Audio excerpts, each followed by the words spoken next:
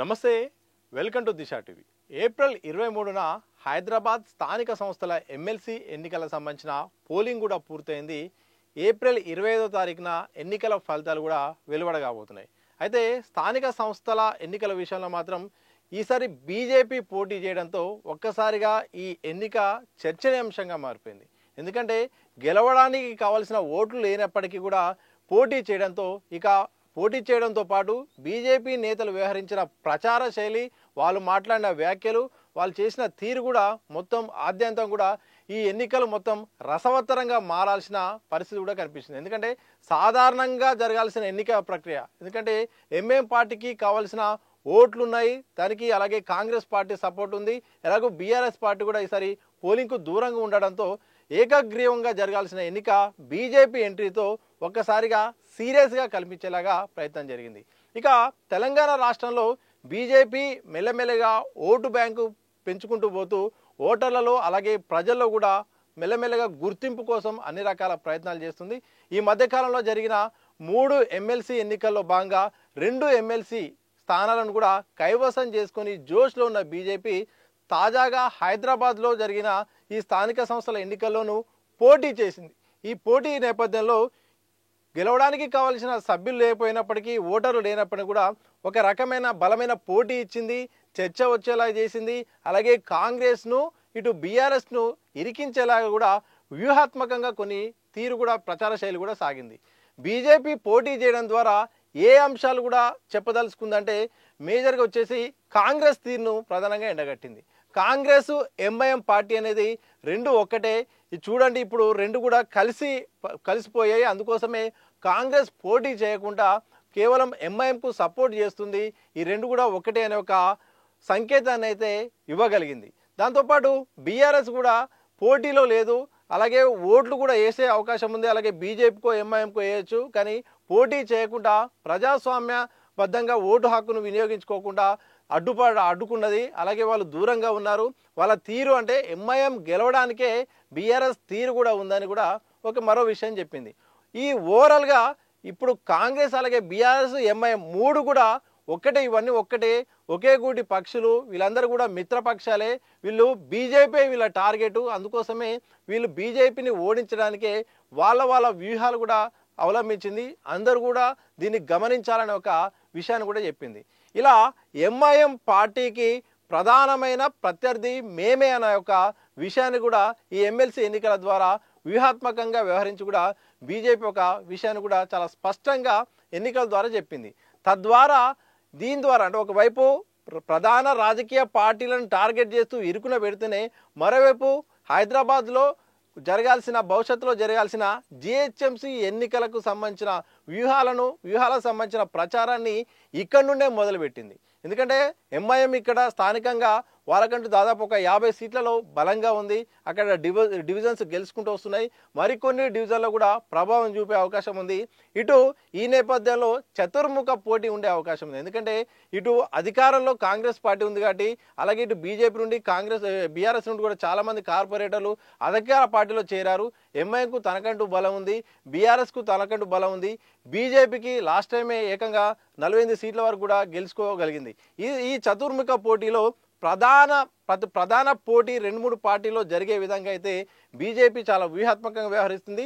ఇందులో భాగంగా మా ప్రత్యర్థి ఎంఐఎం పార్టీనే, వీళ్ళందరూ కూడా ఎంఐఎంకు లాలూచి పడ్డారు, మేము మాత్రం ఒంటరిగా పోటీ చేస్తున్నాము, అలాగే ఎంఐకు ధీటుగా వ్యవహరిస్తున్నామని ఒక సంకేతాన్ని అయితే ఇవ్వడం ద్వారా జిహెచ్ఎంసీ ఎన్నికలకు రంగం సిద్ధం చేసుకున్నట్టు తెలుస్తోంది.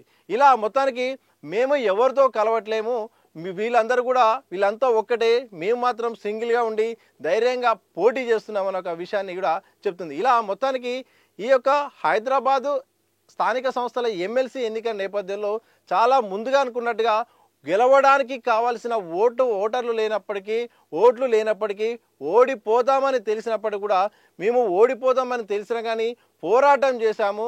వీళ్ళు అవకాశం ఉన్నా కానీ పోటీ చేయలేదు, మేము పోటీ చేసి మా యొక్క ప్రయత్నం చేశాము, అలాగే అందరిని కూడా అభ్యర్థించాము, ఎవరు కూడా మాకు సహకరించలేదు. ఎంఐఎం పోరులో మేమైతే మాత్రం చాలా ఖచ్చితంగా ముందుకెళ్ళామనే విషయాన్ని కూడా చెప్పింది. ఇలా మొత్తానికి ప్రత్యర్థులను ఇరుకున పెట్టేలాగా చేస్తూ తనకంటూ తన పార్టీ యొక్క ఇమేజ్ను చేసే ఇమేజ్ను కూడా బయటపెట్టే ప్రయత్నం చేసింది. ఈ సందర్భంలో ప్రచారంలో కిషన్ రెడ్డి అలాగే బండి సంజయ్ చేసిన వ్యాఖ్యలు కూడా ప్రధానంగా చర్చనీయాంశమయ్యాయి. ఇక కిషన్ రెడ్డి గారు అయితే మాత్రం ఇక ఇది మేము బీజేపీ చాలా స్పష్టంగా వెళ్తుంది, ఇది ఎంఐ యొక్క తీరును ఎండగడతామని చెప్పి ఆయన మాట్లాడుతుంటే, అలాగే బీఆర్ఎస్ అలాగే కాంగ్రెస్ రెండు ఒక్కటేనా ఆయనంటే ఏకంగా దేశ భక్తులకు దేశ ద్రోహులకు జరుగుతున్న ఎన్నికలు ఇవి, ఆ రకంగా చూడాల్సిన అవసరం ఉంటుంది.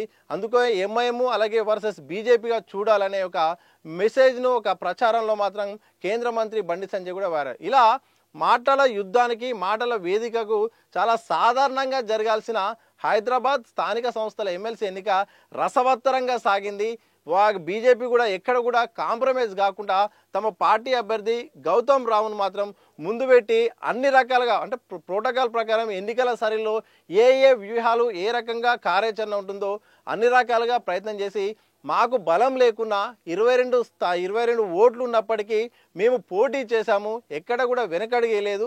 తద్వారా ఎంఐఎం పార్టీకి ఏకగ్రీవంగా ఏకగ్రీవంగా ఫలితం వచ్చేలాగా చేయకుండా అడ్డుకున్నామనే ఒక మరొక మెసేజ్ కూడా ఇచ్చింది. ఇలా మొత్తానికి తెలంగాణ రాష్ట్రంలో బీజేపీ ఏ అవకాశాన్ని కూడా వదిలిపెట్టకుండా వ్యూహాత్మకంగా ప్రచార శైలిలో కూడా ముందుకడిగేస్తూ కలిసికట్టుగా ఒక్కొక్క అడుగు కూడా ప్లాన్ చేసుకుంటూ చాలా జాగ్రత్తగా వెళ్తున్నారు.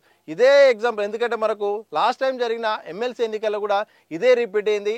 అదే ఐక్యతగా సమన్వయంతో అంతర్గతంగా చాలా కుమ్ములాటలు ఉన్నప్పటికీ ఒకరికొకరి పడినప్పటికీ కూడా అధిష్టాన ఆదేశాల మేరకు చాలా చక్కగా ముందుకెడుతూ ఈ ఎమ్మెల్సీ ఎన్నికల్లో 2 స్థానాలు గెలుచుకున్నారు. తద్వారా ఇటు మండలిలో బలం పెంచుకున్నారు, అసెంబ్లీలో బలం పెంచుకున్నారు, ఇటు పార్లమెంట్ స్థానంలో బలం పెంచుకున్నారు. నెక్స్ట్ హైదరాబాద్లో 2026లో జరగాల్సిన జిహెచ్ఎంసీ ఎన్నికల పీఠమే లక్ష్యంగా అడుగులేస్తున్నట్టు బీజేపీ తీరు కనుక చూస్తే అర్థమవుతుంది. మొత్తంగా ఎంఐఎంకు పోటీ మేమే, అలాగే మేయర్ ఎలక్షన్లే దృష్టిలో పెట్టుకొని మేయర్ పీఠం దృష్టిలో పెట్టుకొని అలాగే తెలంగాణ రాష్ట్రంలో త్వరలో జరగనున్న స్థానిక ఎన్నికలను దృష్టిలో పెట్టుకొని ఇప్పటి నుండే ప్రచార శైలిని మొదలుపెట్టి చాలా వ్యూహాత్మకంగా దూకుడుగా ముందడుగేస్తున్నారు. మరి ప్రత్యర్థులు మాత్రం సమాధానం చెప్పలేని ఒక చాలా వ్యూహాత్మకంగా బీజేపీ తీరైతే వ్యవహరిస్తుంది. మరి ఇది వ్యూహాత్మకంగా ఈ యొక్క ఎన్నిక వరకే ఆగిపోతుందా, లేకపోతే మరి దీని స్థానిక ఎన్నికల్లో ఫలితం ఉంటుందా? ఇక మేయర్ పీఠమే లక్ష్యంగా బీజేపీ అడుగులేస్తున్న సందర్భంలో బీజేపీకి కలిసి వస్తుందా? చతుర్ముఖ పోటీలో నిజంగా ఎలా ఉండబోతుంది? ఎందుకంటే బీఆర్ఎస్కు బలం ఉంది, కాంగ్రెస్కు అధికారం ఉంది కాబట్టి ఆటోమేటిక్గా స్థానికంగా బలం ఉండే అవకాశం ఉంటుంది. బీజేపీకి ఆల్రెడీ కార్పొరేటర్లు బలం ఉన్నది, ఇక ఎంఐఎం తన బలం తనకుంది. ఇలా చతుర్ముఖ పోటీలో బీజేపీ ఎలా ముందడుగేస్తుంది? వాళ్ళు అనుకున్న వ్యూహాత్మకంగా సక్సెస్ సాధిస్తారా, లేకపోతే ఈ యొక్క ఎన్నిక వరకు ఆగిపోతుంది అనేది చూడాలి. ఏదేమైనప్పటికీ సాధారణంగా జరగాల్సిన ఎన్నిక, ఎంఐఎం పార్టీ ఏకగ్రీవంగా గెలవాల్సిన ఎన్నికను అడ్డుకొని ప్రచార అస్త్రాలతో అలాగే వ్యాఖ్యలతో వివిధ రకాల ప్రయత్నాలు చేసి మాత్రం బీజేపీ చాలా వ్యూహాత్మకంగా తన వైపు తిప్పుకునే విధంగా హైదరాబాద్ స్థానిక సంస్థల ఎమ్మెల్సీ ఎన్నికను ఉపయోగించుకుంది. తద్వారా మేము రాజకీయంగా మేము బలంగా ఉన్నాము, ప్రజల్లో కూడా ఒక టాక్ వచ్చేలాగా వీళ్ళకు అధికారం లక్ష్యంగా అడుగులేస్తున్న క్రమంలో ప్రజల్లో ఒక చర్చ వచ్చేలాగా మాత్రం బీజేపీ అయితే వ్యవహరించింది. చూడాలి మరి తెలంగాణ రాష్ట్ర రాజకీయాలు బీజేపీ ఎలా ముందడుగేస్తుంది, ఏ రకంగా పావులు కలుపుతుంది, మరి వ్యూహాలు ఫలిస్తాయా లేదని మాత్రం భవిష్యత్తులో జరిగే రాజకీయ పరిణామాలను బట్టి చూస్తే మాత్రం అర్థమవుతుంది.